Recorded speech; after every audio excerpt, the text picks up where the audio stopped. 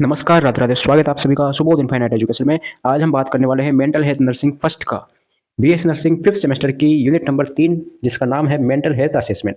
Unit का नाम है मेंटल हेल्थ असेसमेंट। तो मेंटल हेल्थ असेसमेंट क्या है? मतलब कि हम जो भी एक पेशेंट है या फिर कोई भी इंडिविजुअल है, उसकी मेंटल हेल्थ का असेसमेंट करना है हमें। अभी हम क्या कर रहे हैं? केवल डायग्नोसिस कर रहे हैं, केवल हम क्या कर रहे हैं? उसको असेस कर रहे हैं, उसका असेसमेंट कर रहे हैं। अभी तक हमें पता नहीं चला कि कोई बीमार है या नहीं है। कोई भी पेशेंट है, उसका मेंटल हेल्थ को असेस करना है हमें। तो क्या क्या करें? तो हमारे पास आता है ये सिलेबस, जिसमें फर्स्ट सिलेबस में आता है हिस्ट्री टेकिंग। सेकंड आता है मेंटल स्टेटस एग्जामिनेशन। थर्ड आता है mini mental status examination. Fourth आता है न्यूरोलॉजिकल एग्जामिनेशन एंड फिफ्थ आता है investigation related to blood chemistry, ECG, EEG, CT and MRI. Okay. And last आता है साइकोलॉजिकल टेस्ट। ये आपका पूरा सिलेबस का पैटर्न रहता है, जो कि हम इस यूनिट में पढ़ने वाले हैं। अब कैसे पढ़ना है, क्या पढ़ना है, बिल्कुल एक एक पढ़ेंगे, वन बाय वन पढ़ते चलेंगे। फर्स्ट पॉइंट आता है हिस्ट्री टेकिंग। देखो, जब हम डायग्नोसिस करते हैं, क्या करते हैं? डायग्नोसिस करते हैं तो उसमें हम सबसे पहले क्या करते हैं? Physical examination and history collection. First diagnosis में लिखते हैं, फिर सेकंड में हम क्या लिखते हैं? जो भी होता है उससे रिलेटेड, जैसे सीबीसी लिख दी, ठीक है, या फिर एलएफटी लिख दिया, जो भी अगर है वो हम बाद में लिखते हैं, एक्सरे लिख दिया। फर्स्ट पॉइंट क्या आता है? Physical examination and history taking या हिस्ट्री कलेक्शन। तो वही बात है, हम क्या पढ़ रहे हैं अभी? हिस्ट्री कलेक्शन पढ़ रहे हैं। क्योंकि मैंने पहले बता दिया आपको कि पढ़ क्या रहे हैं अपन। यूनिट का नाम है मेंटल हेल्थ असेसमेंट। किसी भी पर्सन की क्या कर रहे हैं? मेंटल हेल्थ को असेस कर रहे हैं। Mental health assessment is a systematic process. क्या है ये? एक सिस्टमेटिक प्रोसेस है जिसमें पेशेंट की psychological, emotional, cognitive and behaviour status को समझते हैं। ठीक है। Mental health assessment is a systematic process to understand a patient. किसी भी पेशेंट की psychological, emotional, cognitive and behaviour status को अंडरस्टैंड करने की एक सिस्टमेटिक प्रोसेस क्या है? मेंटल हेल्थ असेसमेंट है। ओके। अब फर्स्ट पॉइंट आता है हिस्ट्री टेकिंग का। क्या आता है? हिस्ट्री टेकिंग का। तो हिस्ट्री टेकिंग क्या है भाई? किसी भी इंडिविजुअल है, उसके अपन हिस्ट्री टेकिंग कर रहे हैं। उसका नाम क्या है, उसके घर का घर का एड्रेस क्या है, पिता का नाम क्या है, फादर्स नेम क्या है, मदर्स नेम क्या है, पहले क्या बीमारी थी, पहले क्या बीमारी नहीं थी, क्या कभी सर्जरी हुई है, नहीं हुई है, क्या आप पर्सनल हिस्ट्री में देखते हैं अपन कि भाई ऑक्यूपेशन क्या है इसका, एजुकेशन क्या है। ओके। और कुछ एल्कोहल वगैरह लेता है, स्मोकिंग करता है, क्या करता है, तो हम पूरा उसके बारे में हिस्ट्री कलेक्ट करते हैं। वही आप पढ़ने वाले हो। तो हिस्ट्री कलेक्शन या फिर history taking helps to identify the cause, onset and course of mental illness. कि हिस्ट्री टेकिंग क्या है? हिस्ट्री टेकिंग मेंटल इलनेस को हुआ क्यों है भाई, उसका कारण क्या है, क्यों हुआ है, कब हुआ है, कैसे हुआ है, तो उससे हमें हिस्ट्री लेने से पता चल जाएगा। दूसरा क्या है कि इससे हमें डायग्नोसिस का पता चल जाएगा, ट्रीटमेंट क्या दे, ओवरऑल सारी चीज़ें हमें पता चल जाएगी। सपोज कोई पेशेंट है, उसको एलर्जी है, किसी भी इंजेक्शन से एलर्जी है, तो वो बताएगा तभी तो पता चलेगा। ठीक है। वो सब किस में आता है? हिस्ट्री टेकिंग में आता है। History taking is the first and most important step of mental health assessment. Mental health assessment का फर्स्ट और वेरी इंपॉर्टेंट टॉपिक स्टेप कौन सा है? History collection. It provide complete background information about patient. इसमें क्या है? पेशेंट के बारे में पूरा बैकग्राउंड, पेशेंट का पूरा बैकग्राउंड इन्फॉर्मेशन वगैरह सब रहती है। अभी बताया मैंने आपको भाई पेशेंट का नाम क्या है, सब। तो वो पूरा क्या उसका हो गया? उसका कंप्लीट बैकग्राउंड हो गया। आगे चलते अपन, कंपोनेंट्स कौन कौन से इसके? मेंटल हेल्थ पढ़ रहे अपन, तो इसमें फर्स्ट पॉइंट आया था हमारे पास हिस्ट्री टेकिंग का। तो हिस्ट्री टेकिंग का क्या क्या कंपोनेंट्स होते हैं? तो कंपोनेंट्स की बात करते हैं तो फर्स्ट आ गया आइडेंटिफिकेशन डाटा, जिसमें हम उसका पर्सन का नाम, उसका एड्रेस, फादर्स नेम, एज क्या है, सेक्स क्या है, वो सब इसमें हम लिखते हैं। दूसरा आता है चीफ कंप्लेंट्स। ठीक है। अब आपने नर्सिंग केयर प्लान वगैरह बनाया था, उसमें भी आपके यही पॉइंट आए थे। बिल्कुल। चीफ कंप्लेंट पता है आपको क्या क्या उसमें प्रॉब्लम्स वगैरह है। फिर आता है हिस्ट्री ऑफ प्रेजेंट इलनेस, कि अभी उसको क्या बीमारी है, वो हॉस्पिटल आया है तो क्यों आया है, उसको क्या बीमारी है। ठीक है। फिर है past psychiatric history. Past psychiatric history, क्या उसको पहले कभी दिमाग के रिलेटेड कोई प्रॉब्लम हुई है, माइंड से रिलेटेड कोई प्रॉब्लम हुई है, साइकेट्रिक कोई प्रॉब्लम हुई है, यस और नो। अगर है तो कौन सी है, क्या हुआ था, कैसे हुआ था, वो सब इसमें आ जाएगा। फिर आता है past medical and surgical history. क्या कभी उसको पहले सर्जरी हुई है, किसी भी टाइप की ऑपरेशन हुआ है उसको। ठीक है। अगर हुआ है तो कौन सा हुआ है वो लिखेंगे। मेडिकल हिस्ट्री, कोई कोई दवाई चल रही हो, हाइपरटेंशन की चल रही है, या फिर एटसेट्रा जो भी चल रही हो दवाई। ठीक है। फैमिली हिस्ट्री, फैमिली में कौन कौन है, कौन कौन से मेंबर्स है, क्योंकि कभी कभी क्या है, कोई डिजीज वगैरह है वो जेनेटिक्स भी होती है। है ना। तो फैमिली हिस्ट्री लेना जरूरी है। फैमिली हिस्ट्री में कौन कौन है, ठीक है, क्या सभी हेल्दी है या अनहेल्दी है, अगर अनहेल्दी है तो क्या बीमारी है उनको, तो वो सभी हम पता करेंगे। पर्सनल हिस्ट्री में आता है कि भाई जो पेशेंट है वो क्या करता है, ऑक्यूपेशन क्या है, क्योंकि आपको पता होगा कि कुछ डिजीज है वो ऑक्यूपेशनल डिजीज होती है। फॉर द एग्जांपल सिलिकोसिस, नाम सुना है silicosis, occupational disease, adult health nursing में पढ़ा था हमने, ठीक है। तो इससे क्या है कि उसकी जॉब क्या है, उसकी एजुकेशन क्या है, वो सभी पर्सनल हिस्ट्री में आता है। फिर आता है सब्सटेंस यूज हिस्ट्री, स्मोकिंग करता है, एल्कोहल लेता है या फिर क्या करता है, लेता है नहीं लेता है, वेज है नॉन वेज है, एटसेट्रा सब आ जाएंगे इसमें, ठीक है। एक और आप लिख सकते हो सोशियो इकोनॉमिक हिस्ट्री, पैसा कैसा है भाई, अंधा पैसा आ रहा है या फिर पैसे की तंगी है, वो सभी। अगर पैसे की तंगी है, डिप्रेशन में जा रहा है पेशेंट, ठीक है, जा सकता है भाई, दूसरे के पास पैसे ज़्यादा है खुद के पास नहीं है, तो एक उसकी मेंटेलिटी हो जाती है, ठीक है। तो आगे चलते अपन कंपोनेंट्स हो गए इंपॉर्टेंस ऑफ हिस्ट्री टेकिंग, कि जो भी हम हिस्ट्री ले रहे हैं, अभी हमने जो पॉइंट्स पढ़े, इसका इंपॉर्टेंस क्या है, हम ले क्यों इसको। तो इसके क्या है, दो इंपॉर्टेंस बता रखे आपको कि helps in identify cause and risk factor, कि ये क्या करता है, कोई भी पर्सन है वो डिजीज हुई है उसको, तो उसको हुई क्यों है, एक तो उसका कारण का पता चल जाता है इसमें, और या फिर उसके रिस्क फैक्टर के बारे में पता चल जाता है। अब रिस्क फैक्टर मैंने बता दिया कुछ कुछ क्या है, जेनेटिक्स होते हैं कुछ, भाई रिस्क फैक्टर आ जाएंगे आपको, हिस्ट्री टेकिंग करोगे आप, हिस्ट्री लोगे, कलेक्शन करोगे, उससे पता चल जाएगा। सेकंड है guide diagnosis and treatment planning, इससे क्या है, डायग्नोसिस का ट्रीटमेंट का प्लान हम बना सकते हैं कैसे।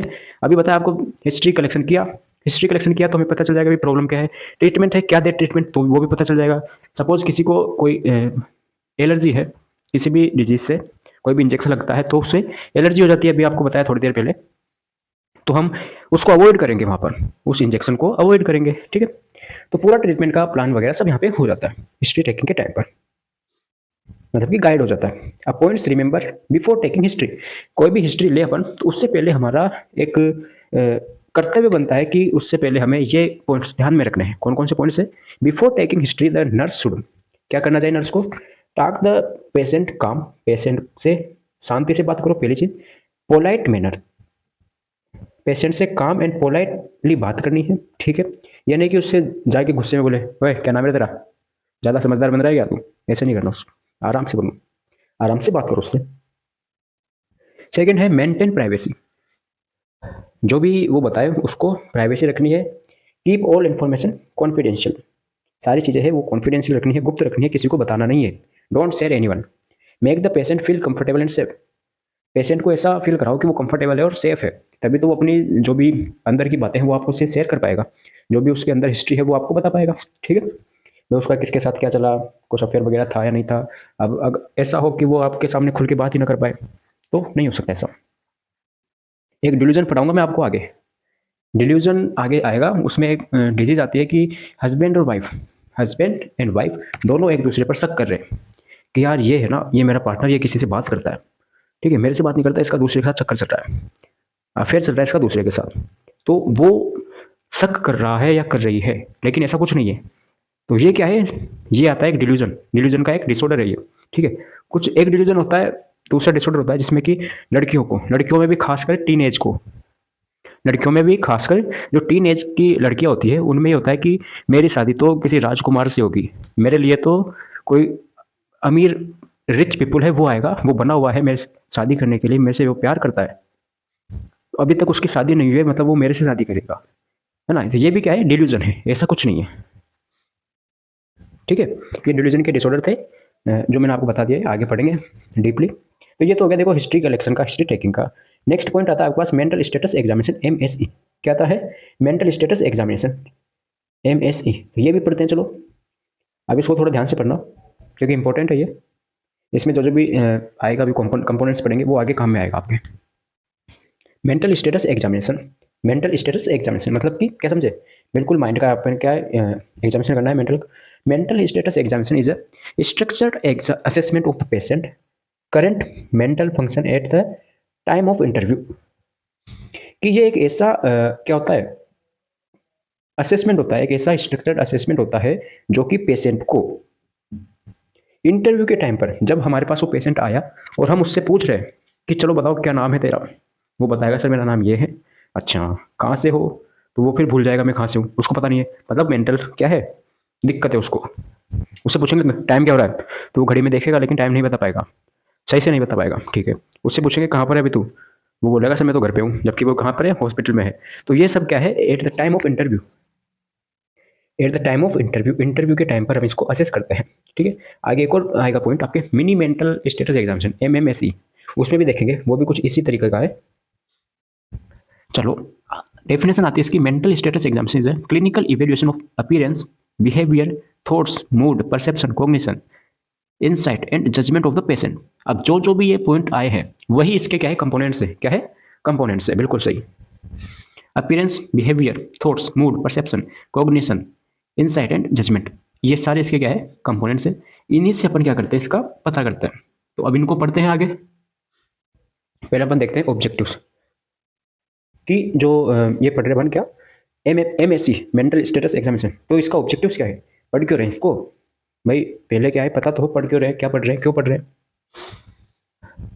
तो क्यों पढ़ रहे हैं ये, to assess current mental status, patient की करंट मेंटल स्टेटस का पता करने के लिए।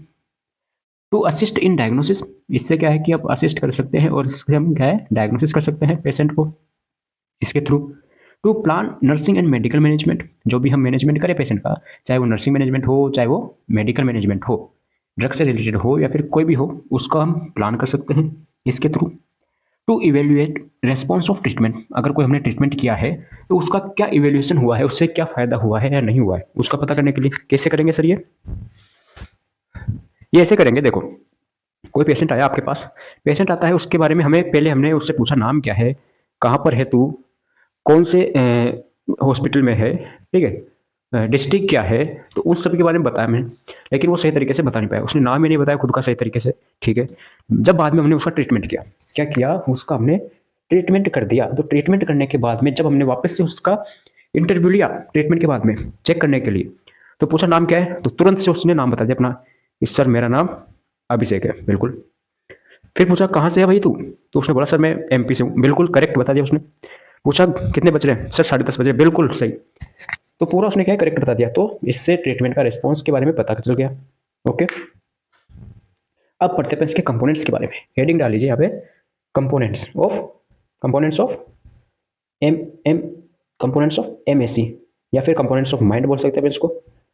तो कंपोनेंट्स डाल दीजिए आप नाम। फर्स्ट आता है इसमें general appearance and behaviour.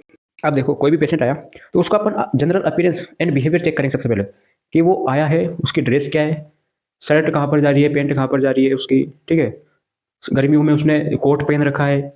Okay, तो इससे क्या है, अपन उसकी अपीयरेंस चेक कर सकते हैं। Dress and grooming and hygiene हो गया, हाइजीन से तरीके से है या नहीं है, ड्रेस कैसी है, ग्रूमिंग क्या है, बाल कैसे हो रहे हैं, बढ़ रहे हैं या कम है, ठीक है, सभी हम इससे पता कर सकें। नाखून कितने बड़े हो रहे हैं, ठीक है। आई कॉन्टेक्ट, उससे आई कॉन्टेक्ट बनाएंगे, अगर वो सही तरीके से आई कॉन्टेक्ट कर पा रहा है, यानी कि जैसे आई कॉन्टेक्ट बनाए वो घूर रहा है ना, या तो घूरेगा वो, या फिर उसको डर लगेगा कि यार मेरे साथ जाने क्या करेंगे ये, ठीक है। इससे अपन ये क्या है, अपीयरेंस हो सकता है इससे। पोस्चर, फेशियल एक्सप्रेशंस, उस पेशेंट के पोस्चर क्या है, भाई सही तरीके से है या नहीं है, एकदम सीधा है या फिर कुछ उसमें पोस्चर में कुछ गड़बड़ है, ठीक है। दूसरा क्या है इसका, फेशियल एक्सप्रेशन, वो उसके फेशियल एक्सप्रेशन क्या क्या है, ठीक है। भाई जीभ निकाल रहा है पेशेंट, उसको डॉक्टर को देख के जीभ निकालेंगे वो, तो पूरा हम उसको क्या करेंगे, असेस करेंगे, लेवल ऑफ कॉर्पोरेशन, ठीक है। अब सुनो, ये क्या हो गया, इससे हमने उसका अपीयरेंस एंड बिहेवियर का पता लगा लिया। अगर ये ठीक है तो हम इसको करेक्ट कर देंगे और आगे बढ़ेंगे, अगर कुछ गड़बड़ है तो यहाँ पर हम चेक कर लेंगे, यार ये इसमें मिस्टेक है। फिर दूसरा आता है हमारे पास स्पीच। स्पीच में मुझसे पूछेंगे भाई कुछ भी बोल, सेंटेंस वगैरह बोलेंगे उससे कि भाई कहाँ से है, क्या है, तो वो बोलेगा बोलेगा तो या तो वो स्लो बोल रहा है या फिर फास्ट बोल रहा है। अगर नॉर्मल बोल रहा है तो कोई दिक्कत नहीं है, लेकिन या तो वो बोलेगा स्लो या फिर फास्ट बोलेगा। स्लो में बोल दिया सर उसने, मेरा नाम ये है, ठीक है, कुछ भी बता दिया उसने। वॉल्यूम या तो लो होगी या फिर लाउड होगी या फिर नॉर्मल होगी, नॉर्मल तो कोई प्रॉब्लम नहीं है। अगर लो है, जैसे धीरे धीरे बोला मेरा नाम ये है, ठीक है, जब तो प्रॉब्लम उसके, या फिर बोलेगा तेज मेरा नाम यह है, ठीक है, तो प्रॉब्लम हो सकती है। टोन एंड रिलेवेंस हो गया। अब सुनो, जैसे कोई पेशेंट आया, इसमें आप एग्जांपल लिख सकते हो कि patient answered slowly and low volume, ठीक है, ये आप इसका एग्जांपल लिख सकते हो स्पीच का। फिर आता है मूड एंड अफेक्ट। अब देखो पिछली क्लास में मैंने आपको इसकी टर्म्स में बताया था, मूड क्या होता है, अफेक्ट क्या होते हैं, पूरा हमने पहले पढ़ लिया था पिछली क्लास में जब हमने टर्मिनोलॉजी पढ़ी थी। तो हम थोड़ा बहुत देख लेते हैं कि मूड क्या होता है, सब्जेक्टिव फीलिंग, जैसे हैप्पी है, फेड है, एंजाइटी है। पेशेंट को जैसे आया भाई खुश है या क्या कर रहा है, उसको एंजाइटी है, तो हम उसका क्या है पता लगा देंगे। अफेक्ट्स में ऑब्जेक्टिव एक्सप्रेशन ऑफ मूड, कि किसी को देखकर कैसा मूड हो रहा है उसका, ठीक है, हैप्पी है या खुश है, तो इससे पता चल जाएगा हमें। आगे आता है थॉट्स। क्या आता है आगे? थॉट। तो थॉट क्या होता है? थॉट प्रोसेस हो गया एक, तो एक हो गया हमारे पास थॉट कंटेंट। अब देखो थॉट्स, थॉट्स का मतलब होता है क्या है कि उसके दिमाग में कुछ भी आइडिया आना, यही क्या है थॉट है। तो mental process, thought is a mental process in which include ideas, in which include idea, ठीक है। उसके दिमाग में कोई भी आइडिया आ रहा है तो वो क्या हो गया, थॉट हो गया उसके। उसके क्या क्या सोच है, थॉट है उसकी, पॉजिटिव है नेगेटिव है, अगर नेगेटिव है तो उसको हमें पॉजिटिव में कन्वर्ट करना पड़ेगा, पॉजिटिव थॉट। अब थॉट प्रोसेस में कोहेरेंट एंड कोहेरेंट है या फिर इनकोहेरेंट है, फ्लाइट ऑफ आइडियाज एंड सर्कमस्टेंशियलिटी। अब ये क्या होता है सर, बिल्कुल अभी समझाते हैं आपको, रुको। देखो कोहेरेंट एंड इनकोहेरेंट की बात करें, अगर वो पर्सन हमें, हम क्या है उस पेशेंट से जो भी पूछे, अगर हम उससे कोई भी सवाल पूछें, कोई भी क्वेश्चन करें पेशेंट से कि यार क्या नाम है तेरा, तो बोले कि मेरा नाम ये है, तो जब तो ठीक है, कोहेरेंट हो गया। लेकिन हम उससे नाम पूछे क्या नाम क्या है तेरा, तो बोलेगा सर मुझे आलू की सब्जी पसंद नहीं है, लेकिन मैं क्या करूं, मेरे घर वाले बना देते हैं इसलिए मुझे खाना पड़ता है, लेकिन मैं क्या कर सकता हूं। मतलब हुआ क्या, पूछा गया नाम उससे, लेकिन कुछ और बता रहा है वो, इररिलेवेंट आंसर दे रहा है, पेशेंट गिव इररिलेवेंट आंसर, तो ये क्या होता है, इनकोहेरेंट हो गया। तो नेक्स्ट है आपके पास फ्लाइट्स ऑफ आइडियाज। क्या है? Flight of ideas. Flight of ideas मतलब कि एक जवाब से, एक आंसर से वो दूसरे आंसर में जंप मार जाए, फ्लाइट कर, तो वो होता है फ्लाइट ऑफ आइडिया। अब एग्जांपल समझे, एग्जांपल से जैसे हम समझते हैं कि हमने क्या किया, पेशेंट से नाम पूछ लिया, चलो सबसे पहले तो नाम ही पूछेंगे उससे, पूछ लिया भाई अपने बारे में कुछ बताओ, नाम बताओ क्या है, उससे बोला कि भाई बता, तो बोलेगा सर मेरा नाम ये है, लेकिन मुझे क्या है कि खाने में भिंडी की सब्जी पसंद है, लेकिन मैं क्या करूं, मुझे एम एस धोनी बहुत अच्छा लगता है, ठीक है। मतलब वो तुरंत एक जगह से दूसरी जगह में शिफ्ट कर रहा है वो, ठीक है, वो होता है फ्लाइट ऑफ आइडियाज। उसके दिमाग में एक आइडिया से तुरंत दूसरे आइडिया आ रहे हैं, ठीक है। तो ये तो क्या हो गया, फ्लाइट ऑफ आइडियाज। फिर क्या है, सरकमस्टेंटलिटी। अब इसका मतलब क्या होता है, तो सरकमस्टेंटलिटी मतलब है कि जैसे अपन ने पेशेंट से पूछा, जैसे सपोज आपका दोस्त ही है कोई, उससे पूछा है कितना टाइम पढ़ता है यार तू, ठीक है, पूछते हैं ना भाई नर्सिंग के बाद क्या करने का विचार है, कितना क्या पढ़ रहा है, ठीक है। तो हम उससे पूछेंगे तो वो क्या करेगा, उस बात को घुमा देगा, उस बात को घुमाएगा, लेकिन आंसर नहीं देगा। जो भी बात की कही है हमने उसका आंसर नहीं देगा, उस बात को घुमाता रहेगा। जैसे पूछा यार कितना पढ़ता है तू, बोलेगा यार पढ़ाई तो क्या करूँ मैं यार, मुझे टाइम नहीं मिलता, अब कल की देख ले, कल मैं पहले हॉस्पिटल से कॉलेज गया, कॉलेज से फिर वापस से मैं घर गया, घर जाके खाना बनाया, फिर खेलने गया, फिर मैंने फ़ोन चलाया, फिर किसी से बात करने लग गया, अब बता यार। ठीक है, अब मतलब उसने क्या किया, हमने पूछा क्या था कि कितने देर तक पढ़ता है, कितना टाइम पढ़ता है, हमने पूछा था टाइम, लेकिन वो घुमा घुमा के उसने बताया नहीं, तो ये क्या होता है, सरकमस्टेंशियलिटी होता है। और अगर वो क्या करे, अ, चलो थॉट्स पढ़ेंगे जब देखेंगे, अगर वो घुमा घुमा के आंसर दे दे कि यार मैं ये करता हूँ, यहाँ जाने के बाद ये जाता हूँ, फिर ठीक है, फिर उसमें लास्ट में जाके उसने आंसर दे दिया, तो उसको हम क्या बोलेंगे, वो बोलते हैं यार मैं तो 2 घंटे पढ़ता हूँ, तो उसको उसको क्या बोलेंगे हम, उसको बोलते हैं अपन टेंजेंटिलिटी। क्या बोलते हैं, टेंजेंटिलिटी। इसको तो अपन बोलते हैं सर्कमस्टेंटिलिटी, उसको अपन क्या बोलते हैं, टेंजेंटिलिटी। चलो लिख ही देते हैं, टेंजेंटिलिटी। अब यहाँ से काट दो बस, दोनों सेम कर दो, ये वाला पोर्शन यहाँ पर लिख दो, ये होता है टेंजेंटिलिटी, ठीक है। आंसर दे दे तो टेंजेंटिलिटी, नहीं दे तो सर्कमस्टेंटिलिटी। आगे आता है थॉट्स कंटेंट। क्या आता है, थॉट कंटेंट। तो थॉट कंटेंट में आता है delusion, obsession and suicidal ideas. अब इसको समझे, तो अभी मैंने आपको डिल्यूजन बताया, डिल्यूजन में क्या होता है, FFB होता है, फाल्स फिक्स्ड बिलीफ होता है, मतलब कि उसको गलत विश्वास होता है। अभी बताया मैंने शादी के बारे में कि कुछ राजकुमार आएगा मेरे से शादी करेगा, वो क्या डिल्यूजन है, फाल्स फिक्स्ड बिलीफ हो गया। ऑब्सेशन की अगर हम बात करते हैं, देखो सुसाइडल आइडिया से सब जानते हैं इसको, तो कि मैं मर जाऊं यार, मेरा कुछ नहीं है, ठीक है, ये सब जानते हैं सुसाइडल आइडिया। ऑब्सेशन की बात करते हैं, ऑब्सेशन में क्या होता है, हम उसको चाहते नहीं है कि यार ये मेरे आए, जैसे कि सपोज लोग की बात कर लेते हैं अपन। हाँ, क्या है, लोग बार बार जाके हमें चेक करना है लोग सही लगा है या नहीं लगा, ठीक है, हम चाहते हैं कि यार ये हमारे दिमाग में नहीं आए, बार बार एक ही ख्याल आ रहा है हमारे पास, ठीक है। लोग का लो या फिर कोई भी एग्जाम्पल ले लो, हैंड वॉशिंग का कर लो, बार बार हम हैंड वॉशिंग कर रहे हैं, हम चाहते हैं कि यार सब सही है, लेकिन फिर भी हम वो काम कर रहे हैं हम, तो ये क्या है, ऑब्सेशन है। ऑब्सेशन का मतलब है कि हम चाहते हैं कि ये आइडिया हमारे दिमाग से हट जाए, लेकिन वो हट नहीं रहा, तो ये क्या हो गया, ऑब्सेशन हो गया। अगर आता है परसेप्शन, परसेप्शन में आता है हेलुसिनेशन एंड इल्यूजन। अब दोनों मैंने आपको पहले बता दिया, हेलुसिनेशन भी बता दिया कि आपको लगे यार फोन वाइब्रेट हो रहा है फोन, लेकिन फोन नहीं होता, ठीक है, तो वो तो क्या हो गया, हेलुसिनेशन हो गया, मतलब कि कुछ नहीं हुआ है फिर भी हमें पता है कि यार आ रहा है मतलब फोन। और इल्यूजन का मतलब क्या है, इल्यूजन का मतलब होता है कि जैसे जादूगर होते हैं, ठीक है, मैजिक वगैरह होते हैं, वो सब इल्यूजन का काम होता है। रस्सी को सांप समझना वो इल्यूजन है, क्या है, रस्सी को स्नेक या सांप समझना वो क्या है, इल्यूजन है। लेकिन फोन रखा है पॉकेट में और हमें लग रहा है फोन आ रहा है, निकाल के देखा कुछ नहीं है, तो वो क्या है, हेल्यूसिनेशन है। ओके, आगे देखेंगे बढ़िया डीपली। आता है कॉग्निशन, क्या आता है कॉग्निशन, कॉग्निशन क्या होता है सर, कॉग्निशन में आता है ओरिएंटेशन, ओरिएंटेशन मतलब कि टीपीपी, ये क्या है, टीपीपी, हमें पता हो ओरिएंटेशन में आता है time place and person, patient के बारे में, टाइम, पेशेंट को, या फिर आपको देखो अब हम सब क्या है, ओरिएंट है, हम सब क्या है, ओरिएंटेशन है, हमें टाइम के बारे में पता है, हमें प्लेस के बारे में पता है हम कहाँ पर है, और हमें पर्सन के बारे में पता है हम कौन है, ठीक है। अगर पता है तो हम ओरिएंट है, नहीं पता है तो अनओरिएंटेशन है, ओरिएंटेशन नहीं है। अटेंशन एंड कंसंट्रेशन, कोई भी चीज़ कहे तो अटेंशन कैसी है हमारी, कंसंट्रेशन कैसा है, memories immediate recent and remote, and intelligent हो गया, इंटेलिजेंसी हो गया, जनरल असेसमेंट हो गया, ठीक है। ये तो हमें अब इसमें कुछ नहीं करना, आपको याद रखना है ओरिएंटेशन क्या होता है कि हमें जब टाइम के बारे में, प्लेस के बारे में और पर्सन के बारे में पता हो कि मैं कौन हूँ, कहाँ पर हूँ और टाइम क्या हो रहा है, टीपीपी बोलते हैं इसको, ठीक है, शॉर्ट फॉर्म टीपीपी, ये पता है तो ओरिएंट हुआ। आपका अटेंशन कैसा है, कंसंट्रेट है या नहीं है कोई भी टॉपिक पर, मेमोरीज कैसी है आपकी, ठीक है, कुछ याद रहता है नहीं रहता, इंटेलिजेंट हो या नहीं हो, ठीक है, आईक्यू वगैरह अगर हो तो आपका कॉग्निशन अच्छा है आपका। अगला आता है इंसाइट, इंसाइट मतलब कि अवेयरनेस ऑफ इलनेस, कि जैसे पेशेंट को पता है कि मैं बीमार हूँ, अगर पेशेंट खुद की बीमारी के बारे में जानता है कि यार मैं बीमार हूँ, और वो जागरूक है उस बीमारी के प्रति, ठीक है, और वो कुछ भी ट्रीटमेंट करे तो उसको एक्सेप्ट कर ले, तो ये क्या होता है, इंसाइट होता है, क्या होता है, इंसाइट होता है। लेकिन कुछ कुछ पेशेंट होते हैं कि मैं नहीं हूँ बीमार, मेरे कुछ मतलब ट्रीटमेंट वगैरह, ठीक, तो वो इंसाइट नहीं है। जजमेंट क्या था है, जजमेंट, जैसे जजमेंट आ गया, पर्सनल जजमेंट होता है, social judgement and test judgement, इसके थ्रू अपन किसी का जजमेंट कर सकते हैं, ठीक है, जज कर सकते हैं किसी को कि कौन कैसा है कैसा नहीं है। ओके, हाँ थोड़ी लंबी क्लास होगी लेकिन टॉपिक सब समझ में आएगा आपको। मिनी मेंटल स्टेटस एग्जामिनेशन, क्या है मिनी मेंटल स्टेटस एग्जामिनेशन, इसके बारे में चलते हैं अपन, यही है थोड़ा लंबा, फिर बाद में आपका ज़्यादा टाइम नहीं लगेगा। अब क्या है, इतना टाइम इसलिए लग रहा है क्योंकि कुछ लोग कमेंट्स करते हैं, पिछली वीडियो में कमेंट किया था किसी ने कि सर पढ़ा रहे लेकिन सही तरीके से एक्सप्लेनेशन नहीं कर रहे आप, अब बताओ इससे ज़्यादा क्या एक्सप्लेनेशन करें।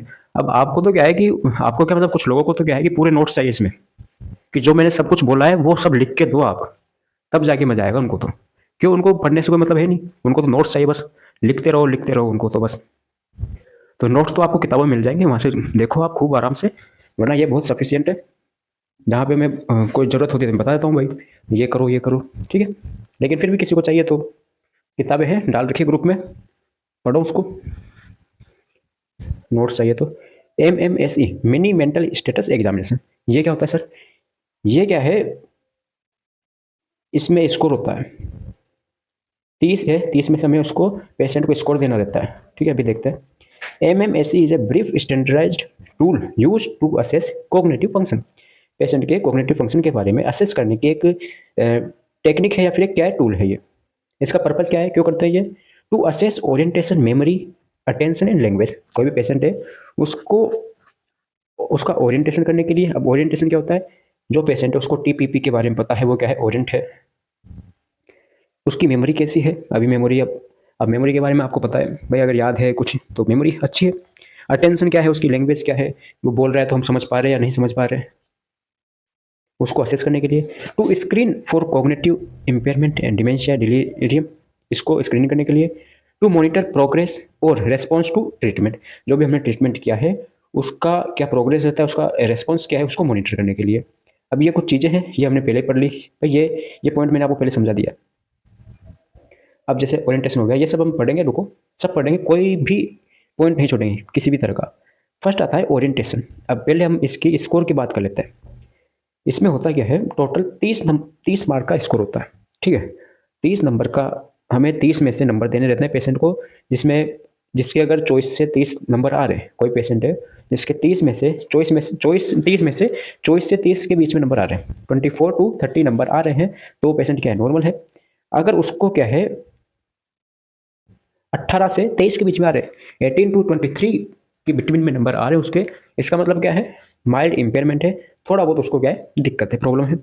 अगर 0 से 17 के बीच में आ रहा है वो पेशेंट, उसका स्कोर 0 to 70 आउट ऑफ 30 ये आ रहा है अगर उसको, इसका मतलब क्या है, पेशेंट क्या है, सीवियर कंडीशन में सर, क्या है, पेशेंट क्या है सर, सीवियर इम्पेयरमेंट है। ओके, अब स्कोर की बात कर ली, अब स्कोर देते कैसे उसकी बात कर लेते हैं अपन। स्कोर ऐसे देते हैं, चलो देखिए सर, फर्स्ट आता है ओरिएंटेशन, इस ये होता है ओरिएंटेशन 10 नंबर का, कितने का, 10 नंबर का होता है। अगर पेशेंट को टीपीपी के बारे में पता है, किसके बारे में, टीपीपी के बारे में, या फिर हम बोल सकते हैं टीपीपी को हटाओ, टी और पी के बारे में पता है, भाई खुद का तो उसको पता होगा कि मैं कौन हूँ, ठीक है, तो इसलिए हमने उसका नाम नहीं लिया। अगर पेशेंट को टीपी के बारे में पता है, टाइम और प्लेस के बारे में, कि मैं कहाँ हूँ और कितने टाइम हो रहा है, अगर उसको ये पता है तो ठीक है, अगर नहीं पता तो हम इसमें से नंबर कम कर देंगे, ठीक है, जैसे कि 10 नंबर का है, अगर सही पता है तो 5 इसके दे देंगे, 5 इसके दे देंगे। अगर उसको प्लेस के बारे में पता नहीं है, टाइम के बारे में पता है, तो हम उसको 5 नंबर दे देंगे 10 में से, ठीक है। चलो सपोज 5 नंबर हमने उसको दे दिए, आगे चलते हैं, अभी देखते हैं कि हम जो कर रहे हैं उससे कितना स्कोर आता है। सेकंड आता है रजिस्ट्रेशन का, क्या आता है रजिस्ट्रेशन का, रजिस्ट्रेशन होता है 3 नंबर का, क्या होता है, रजिस्ट्रेशन होता है 3 मार्क का। अब हम उस रजिस्ट्रेशन में हमने क्या करना है, रिपीटिंग 3 नेम्ड ऑब्जेक्ट, हमने पेशेंट को बोला 3 नाम बोल दिए किसी भी ऑब्जेक्ट के, सपोज पेन, टेबल और एप्पल, पेन, टेबल और एप्पल, 3 नाम बोल दिए हमने उसको। अगर उसने वो 3 नाम वापस से वैसे की वैसे रिपीट कर दिए उसी सीक्वेंस में, या फिर वापस से वो ही रिपीट कर दिए, pen, table, apple, pen, table, apple, तो इसका मतलब उसको 3 नंबर हो गए। लेकिन उसने क्या है, 2 बताए, पेन, टेबल और एप्पल नहीं बता पाया वो, तो इसमें कितने आ गए, 2 नंबर आ गए सर। अगला होता है attention and calculation, attention and calculation का, इसमें हम 5 नंबर का होता है, ये कितने का, 5 नंबर का होता है। अब हमने उससे पूछा, ऑप्शन वाला होता है ये भाई, या तो आप ये चीज़ कर लो या फिर ये चीज़ कर लो, ठीक है। कैसे करें सर, अगर आपने क्या है, सीरियल 7s मतलब कोई भी अंक दे दिया आपने, उसको बोल दिया 7, 7 के मतलब आपने उसको बोल दिया कि 100 है, क्या बोला, 100, 100 है तो 100 में से 7 माइनस करो, कितना है, तो उसने बता दिया सर। फिर जितना है उसमें से 7 माइनस करो, फिर जितना है उसमें से 7 माइनस करो, ऐसे आपने बताया। अगर वो सही तरीके से कर रहा है तो इसका मतलब हम उसको फुल नंबर दे देंगे, ठीक है। एक पॉइंट तो ये हो गया।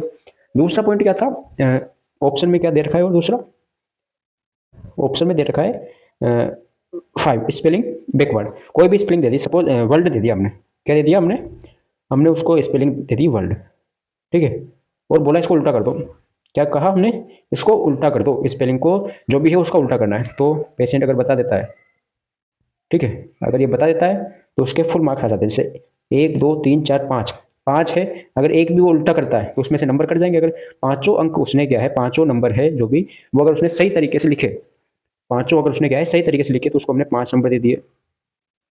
ऐसे ही हम उसमें करेंगे, किसमें 7 माइनस करे थे ना अपन, जैसे 100 में से 7 माइनस किया, पेशेंट ने बता दिया, फिर इसमें से 7 माइनस किया, यही हमें 5 बार करना है।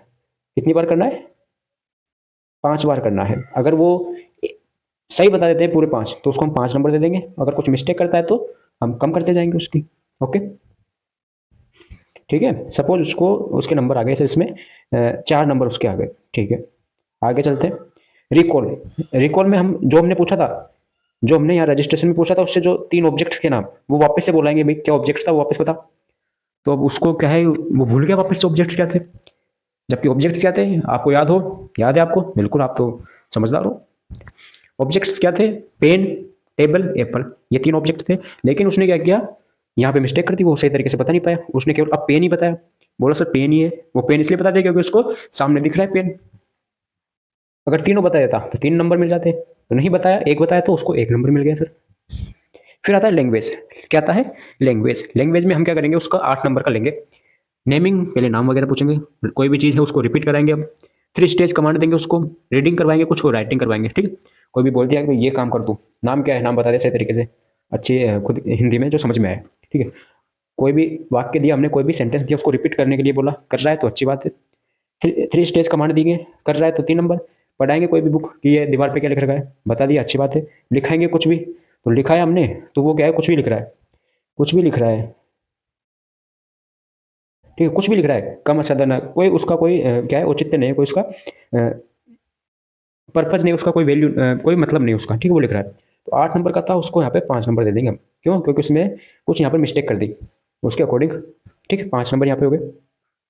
नेक्स्ट आता है विजियो स्पेशलिटी, इस पे विजियो स्पेशल इस एबिलिटी, इसमें क्या है कि कोपिंग इंटरसेक्टिंग पेंटागोन्स, हम क्या है उससे कोई ड्रॉ करवाएंगे, हम कॉपी और पेन लेंगे, उससे पेंटागोन्स क्या है वो करवाएंगे, ड्रॉ करवाएंगे। अगर वो सही तरीके से कर देता है तो उसको क्या है एक नंबर दे देंगे हम उसको। सपोज उसने क्या है सही तरीके से कर दिया तो एक नंबर दे दिया। अब कितने हुए टोटल, तो एक गिनते जाओ, एक, दो, और ये पाँच, पाँच और दो बिल्कुल सात, ठीक है, आठ, नौ, 10, 11, 12, 13, यहाँ पे 13, और 13 और 5 18, ठीक है, 18 19 के समथिंग उसके नंबर आ गए। तो 18 के समथिंग आ रहे हैं, तो 18 के समथिंग आ रहे हैं, तो वो कहाँ पे गया, माइल्ड इम्पेयरमेंट में गया सर। अगर उसके 18 नंबर आ रहे हैं अपने हिसाब से तो वो कहाँ पे गया, माइल्ड इम्पेयरमेंट में गया, माइल्ड इम्पेयरमेंट में गया। फिर हम इसके अकॉर्डिंग हम उसको ट्रीटमेंट देंगे, ठीक है। तो ये क्या होता है आपके पास मिनी मेंटल स्टेटस एग्जामिनेशन, पूरा एग्जाम्पल से समझाए। अब बताओ आपको और क्या चाहिए। अब यहाँ भी आपको क्या लैंग्वेज में लिखवाएगा एक एक चीज़ कि ऐसे हमने 5 नंबर इसको दे दिए, ठीक है। फिर आता है न्यूरोलॉजिकल एग्जामिनेशन। नेक्स्ट क्या आता है, न्यूरोलॉजिकल एग्जामिनेशन। अब न्यूरोलॉजिकल एग्जामिनेशन क्यों करते हैं हम इसमें, ये तो हो गया आपके। क्या आता है न्यूरोलॉजिकल एग्जामिनेशन। न्यूरोलॉजिकल एग्जामिनेशन मतलब कि न्यूरॉन से रिलेटेड, नर्व से रिलेटेड, ब्रेन से रिलेटेड। तो ब्रेन से रिलेटेड एग्जामिनेशन क्यों करना है सर इसमें, जबकि आपने तो बताया कि ब्रेन और माइंड दोनों क्या है अलग अलग है, दोनों क्या है अलग अलग है, लेकिन आपने तो यहाँ पे न्यूरोलॉजिकल एग्जामिनेशन क्यों करना है, बिल्कुल क्यों करना है अभी बताएंगे आपको। Neurological examinations is a systematic assessment of the nervous system to detect organic brain or nerve disorder। क्यों भाई, क्योंकि सर इससे क्या पता चलता है कि ब्रेन में कोई डिसऑर्डर है, ब्रेन या फिर नर्वस सिस्टम सही है या फिर कोई डिसऑर्डर है, बिल्कुल सर। कि नर्वस सिस्टम को डिटेक्ट करने के लिए ये एक सिस्टमेटिक असेसमेंट होता है जिसमें हम ऑर्गेनिक डिटेक्ट करते हैं ब्रेन को और नर्व को, कोई डिसऑर्डर है या नहीं है, ठीक है। अगर है इसका मतलब है कि इससे रिलेटेड कोई प्रॉब्लम है, नहीं है तो फिर डायरेक्ट साइकेट्रिक ट्रीटमेंट दो आप। दूसरा क्या है, it is done to check the nervous system is normal और नॉट। ये क्यों करते हैं कि नर्वस सिस्टम सही है या नहीं है, ठीक है। भाई कोई मेंटल पेशेंट आता है मेंटल इलनेस वाला, तो हम उसका न्यूरोलॉजिकल असेसमेंट करते हैं कि भाई इसका न्यूरोलॉजिकल कोई डिसऑर्डर है, नर्वस डिसऑर्डर है या फिर नहीं है। अगर नहीं है तो हम फिर साइकेट्रिक ट्रीटमेंट देंगे। अगर है मतलब उसको क्या है कि ब्रेन इंजरी हो गई उसके कारण मेंटल इलनेस हो गया, तो पहले ब्रेन इंजरी को तो ठीक करेंगे ना भाई। कंपोनेंट्स, इसके भी क्या है कंपोनेंट्स है, सभी के कंपोनेंट्स है। लेवल ऑफ कॉन्शियसनेस क्या आता है न्यूरोलॉजिकल एग्जामिनेशन में, आता है level of consciousness, patient conscious है या नहीं है। इसमें क्या करेंगे वही orientation TPB alteration, alertness, alertness sorry, क्या है alertness, alertness and orientation. Second है मेंटल स्टेटस, पेशेंट का मेंटल स्टेटस। इसमें क्या देखेंगे अपन, उसकी मेमोरी देखेंगे, स्पीच देखेंगे, बिहेवियर देखेंगे, जिसके बारे में हमने पहले डिस्कस कर लिया है इसी क्लास में। और क्या चेक कर सकते हैं इसका, cranial nerves, cranial nerves smell ठीक है नहीं है, विजन, फेशियल नर्व हो गई, मूवमेंट सही है या हियरिंग है, सब हम इसको क्रेनियल नर्व्स पे वो चेक करेंगे। मोटार सिस्टम, मोटार सिस्टम में मसल पावर देखेंगे, टोन देखेंगे, उसका पोस्चर देखेंगे, ठीक है। भाई ये सब क्या है नर्वस से तो रिलेटेड है। अगर नर्वस में कोई प्रॉब्लम आ जाती है तो उसका ये सब क्या है बिगड़ जाता है। जो भी नर्व बिगड़ी है, जो भी नर्व में प्रॉब्लम हुई है, उससे रिलेटेड प्रॉब्लम हो सकती है। अगर फेशियल नर्व या फिर मूवमेंट वाली नर्व है, वो उसमें कोई प्रॉब्लम हुई है तो वो सही तरीके से फेशियल मूवमेंट नहीं कर पाएगा। नेक्स्ट आता है सेंसरी सिस्टम, सेंसरी सिस्टम। तो सेंसरी सिस्टम में हम चेक करेंगे पेन, उसका टच, टेम्परेचर। सेंसरी नर्व भाई अगर सही तरीके से नहीं है तो ये टच किया उसको फील ही नहीं हुआ, मतलब प्रॉब्लम है नर्वस सिस्टम से रिलेटेड। रिफ्लेक्स देखेंगे उसके, deep tendon reflex, plantar reflex check करेंगे। Coordination and gait, balance walking, उसको चलाएंगे भाई सही तरीके से चल रहा है नहीं चल रहा, बैलेंस सही है या नहीं है, ठीक है। अब पर्पस क्या है भाई, जो न्यूरोलॉजिकल असेसमेंट है, अभी मैंने आपको बताया कि ये करते क्यों है न्यूरोलॉजिकल असेसमेंट, न्यूरोलॉजिकल असेसमेंट क्यों करते हैं, तो उसके पर्पस देखते हैं। पर्पस का मतलब है कि फर्स्ट आता है to rule out organic brain disorder. Brain disorder का पता लगाने के लिए पहली चीज हो गई भाई ब्रेन डिसऑर्डर है या नहीं है। To differentiate neurological illness from psychiatric illness, neurological illness को से साइकेट्रिक इलनेस के डिफरेंशिएट करने के लिए, अलग करने के लिए, उसको समझने के लिए। To identify site and severity of nervous system damage, to identify site and severity of nervous system damage, कि नर्वस सिस्टम डैमेज है, सीवियरिटी क्या है, उसको सबको आइडेंटिफाई करने के लिए किस साइट पर है। Ensure correct treatment, ensure correct treatment, भाई अगर उसको साइकेट्रिक प्रॉब्लम ही नहीं है और हम उसको इलाज कर रहे हैं, क्या मतलब हुआ इससे? इससे क्या है, करेक्ट ट्रीटमेंट का पता चलता है कि उसको मेडिकल ट्रीटमेंट देना है, सर्जिकल देना है या फिर साइकेट्रिक देना है। ठीक है। Prevent miss diagnosis, prevent miss diagnosis, गलत डायग्नोसिस से बचने के लिए भी हम न्यूरोलॉजिकल असेसमेंट करते हैं, न्यूरोलॉजिकल एग्जामिनेशन करते हैं। ठीक है, अरे आ गया समझ में? आ गया? आगे चले। नेक्स्ट आता है इन्वेस्टिगेशन। अब ज़्यादा बड़े बड़े नहीं है पॉइंट, जो समझने के थे वो पहले हो गए हैं। इन्वेस्टिगेशंस क्या आता है? इन्वेस्टिगेशंस, तो इन्वेस्टिगेशंस में आपको दे रखा है, सीबीसी वगैरह दे रखी है। देखते हैं। Investigation are done to identify medical और organic cause of mental illness. Investigations are done to identify medical और organic cause of mental illness. Mental illness का कॉज क्या है उसको आइडेंटिफाई करने के लिए इन्वेस्टिगेशन करते हैं अपन। इंपॉर्टेंस ऑफ इन्वेस्टिगेशन, क्या इंपॉर्टेंस है? वही rule out medical cause, medical क्या कॉज है इसके, confirm psychiatric diagnosis, guide drug therapy, monitor treatment outcomes. ठीक है, वही ये सभी के इंपॉर्टेंस क्या है, इंपॉर्टेंस पर्पज सब में सेम है। वही आउटकम्स चेक करेंगे। ठीक है, क्या ड्रग चलाए, क्या ड्रग थेरेपी दे, साइकेट्रिक डायग्नोसिस कंफर्म करने के लिए भाई साइकेट्रिक प्रॉब्लम ही है ना। ठीक है।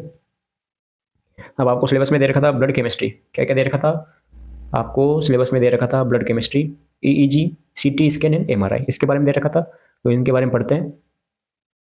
देखो पूरा एक एक पॉइंट लेके चल रहे हैं, इसीलिए आपका ये सिलेबस लगाते हैं कि आप फिर बाद में डाउट नहीं आए कि सर ये पॉइंट छोड़ दिया आपने, ये छोड़ दिया। ठीक है। ब्लड केमिस्ट्री में हम क्या क्या चेक कर सकते हैं? तो ब्लड केमिस्ट्री में हम CBC, electrolytes, thyroid function test कर सकते हैं। इसी के साथ साथ liver and renal function test कर सकते हैं, एलएफटी, केएफटी, आरएफटी वगैरह। ठीक है, टीएफटी, ये हम ब्लड केमिस्ट्री में करते हैं। ईईजी की बात करें, ईईजी की फुल फॉर्म क्या होती है? पहले तो मैंने आपसे एक वीडियो में बोला था कि ईईजी की फुल फॉर्म लिखो, किसी ने उसकी फुल फॉर्म नहीं लिखी अभी तक। ठीक है। ईईजी की फुल फॉर्म होती है इलेक्ट्रो इंसेफेलोग्राम, इलेक्ट्रो इंसेफेलोग्राम होती है भाई। ये क्यों करते हैं? Used in epilepsy, delirium and encephalopathy को पता लगाने के लिए, इनके लिए करते हैं अपन। ठीक है। अब एपिलेप्सी क्या होता है, डिलेरियम क्या होता है, ये सब हम आगे पढ़ेंगे। एमआरआई, नाम सबने सुन रखा है एमआरआई का। एमआरआई क्या है? Detailed imaging of brain structure, brain के पूरे स्ट्रक्चर का डिटेल्ड इमेजिंग क्या है, डिटेल इमेज क्या है? एमआरआई है। यूजफुल इन डिमेंशिया, डिमेंशिया में हम इसका यूज करते हैं। मल्टीपल स्क्लोरोसिस में हम इसका यूज करते हैं। डिमेंशिया क्या होता है?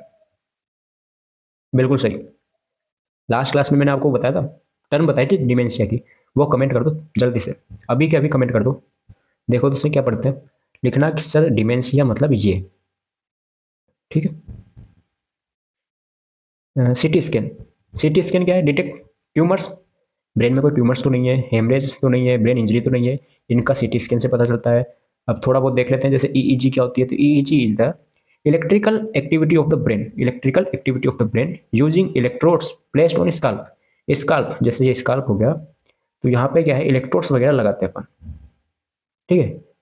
और उसकी एक्टिविटी से, ब्रेन की एक्टिविटी से उसको रिकॉर्ड करते हैं। क्यों डायग्नोसिस, क्यों यूज लेते हैं? तो डायग्नोसिस ऑफ सीजर्स डिसऑर्डर हो गया, dementia, brain tumour, stroke, detect abnormal brain waves, इनका पता लगाने के लिए हम ईईजी करते हैं। दूसरा है सीटी स्कैन। तो सीटी स्कैन क्या है? सीटी स्कैन एक provide, CT scan provides cross section image of the brain, brain की क्रॉस सेक्शन इमेज देता है ये।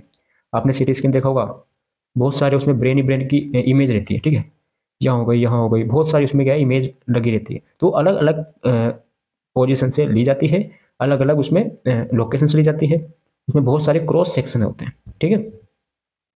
ये क्यों करते हैं? ब्रेन ट्यूमर के डिटेक्ट करने के लिए, एब्सेस के लिए, infection, brain injury and structural abnormalities के लिए हम ये सीटी स्कैन करते हैं। ठीक है। अब आज का लास्ट पॉइंट आता है इसका, साइकोलॉजिकल टेस्ट। क्या आता है? Psychological test. तो साइकोलॉजिकल टेस्ट क्या होता है वो भी देख लेते हैं। Psychological test are standardised tool used to assess intelligence, personality and emotional functioning. Psychological test एक ऐसा स्टैंडर्डाइज्ड टूल होता है जिसमें क्या करते हैं अपन, इंटेलिजेंसी को, पर्सनैलिटी को और इमोशनल फंक्शन को क्या करते हैं, असेस करते हैं उनको। ठीक है भाई, कोई भी पर्सन है कितना इंटेलिजेंस है, बिल्कुल आईक्यू, सही बताया आपने, आईक्यू लेवल। अब क्यों करते हैं साइकोलॉजिकल टेस्ट? तो वही डायग्नोसिस के लिए, ट्रीटमेंट प्लानिंग के लिए और रिहेबिलिटेशन और काउंसलिंग के लिए, अब आगे क्या लिखेंगे, अब diagnosis of psychiatric planning, treatment planning of psychiatric patient, ठीक है, मेंटल हेल्थ पेशेंट। कौन कौन से टेस्ट होते हैं, वैसे तो बहुत सारे टेस्ट होते हैं, there are many types of test in psychological test, but we can read only 3। First one is intelligence test, personality test and aptitude test, ठीक है। फर्स्ट अपन देखते हैं इंटेलिजेंस टेस्ट। क्या देखते हैं, इंटेलिजेंट टेस्ट देखते हैं। तो an intelligence test measure a person's level of intelligence. एक व्यक्ति का, एक पर्सन का, एक पेशेंट का आईक्यू चेक करने के लिए जो टेस्ट किया जाता है वो होता है इंटेलिजेंस टेस्ट। अब ये क्यों करते हैं, क्या क्या इससे चेक करेंगे अपन, उसकी थिंकिंग एबिलिटी। अगर आईक्यू अच्छा है तो वो सही तरीके से सोच पाएगा, है ना। अब कैसे चेक करेंगे इसका, तो आईक्यू का एक फॉर्मूला होता है, मैंने आपको कम्युनिटी में बताया था आईक्यू का फॉर्मूला, वो कमेंट करें आप, देखिए याद है कि नहीं है, ठीक है। जो भी थोड़ा बहुत याद है वो बताएं। थोड़ा हिंट दे देते हैं, कुछ ऐसा था यहाँ पे, कुछ यहाँ भी कुछ थे, यहाँ भी कुछ थे, लेकिन उसमें एक पॉइंट और था कि क्या, नॉर्मल एज, नॉर्मल एज भी लिख रखा था, ठीक है। हिंट दे दिया, आप कमेंट करें, बिना गूगल करें, ठीक है, बिना कॉपी खोले, बुक्स वगैरह कुछ नहीं खोलनी। प्रॉब्लम सॉल्विंग मेमोरी हो गया, अंडरस्टैंडिंग पावर, इनको चेक करने के लिए आईक्यू टेस्ट किया जाता है।